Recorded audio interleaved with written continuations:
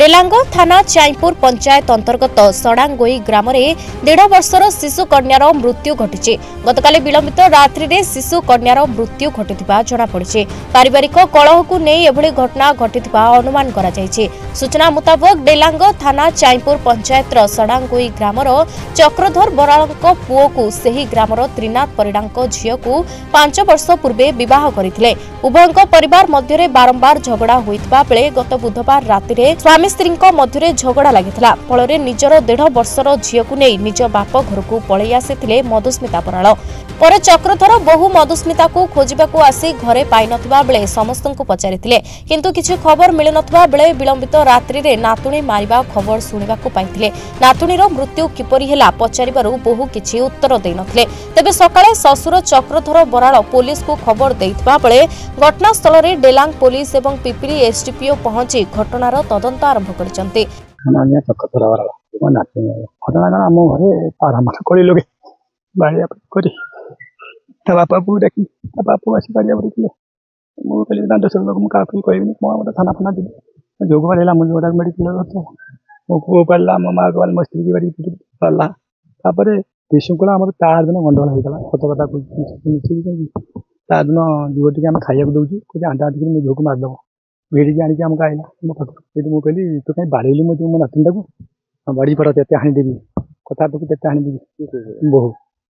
कहीं तू बाढ़ कथा कौन खाना को ये पनिक धरिक मत आने कहला मुझे सत्य कथा आज्ञा कहती पनिक धरिक आईला मुझे नीरव होकर रही काली कौन कर 5:30 बेले झील घिनिक आई आईला आम देखला कि ना झील कहला बापा कौन भुआ को नहीं झील नहीं मुझे दौड़िक आई पाक आईली समुदी आउ तुम झील आई ये था बापा था ये बो था कहला नहीं आसना झील तो आसनी बुढ़ा बाबू गली बुढ़ा छक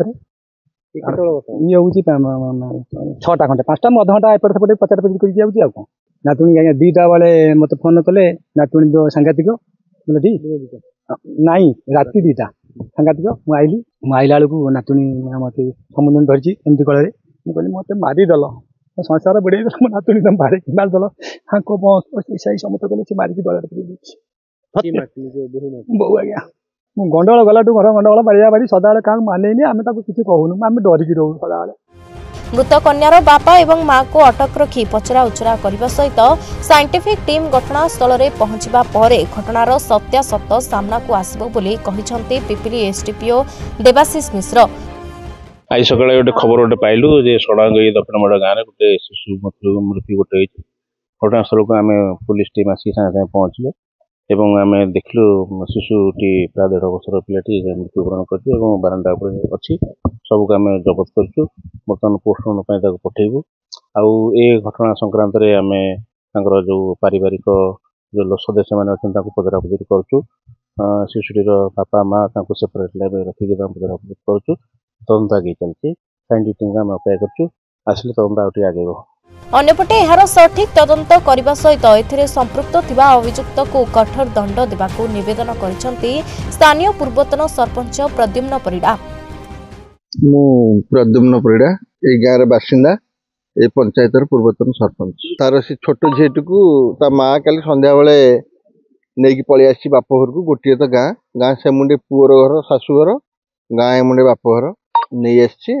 आसला तार स्वामी किंतु बाली सीमेंट काम करिया जाए से कुआडे जाइथला बाहर काम करने से विषय जानी ससुर जी हम चक्रधर बराल सी आसिक समुदी टोलिया पड़ा कही ये बहु कहीं ना खोजाखोजी कर खोजाखोजी कलापर राति 12टा पर्यंत पाईना ये बहु शाशुघर आसिक बाप घरटी बोधे छपिची कि घर रही से संपर्क तो आम अवगत नुह तापर 2टा रात खबर पाइले जे झुओ मर जा सुभाष बराल बाप कह कथा जे आम नातुणी को माने मारिक गाड़िया पकई देते कथाटा बर्तमान सुधा आम स्पष्ट भाव जापारी ना कहीं सत कहून देखी ना कि आखिरे आने कह कथा आम झील को मारधर करते ये घटना भितर ये गोटे हूँ बड़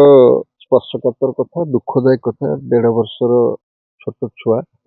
जो भाया दयनीय अवस्था मरिकी पड़ी समस्त आखिर लुह झरिया स्वाभाविक किंतु ये घटनाटा विधिवत भाव तदंत हवा दरकार निष्पाप शिशुर जो अकाल वियोग है से जी दायी ताकि दंड विधान हवा कथा तो समस्त कहते मुझे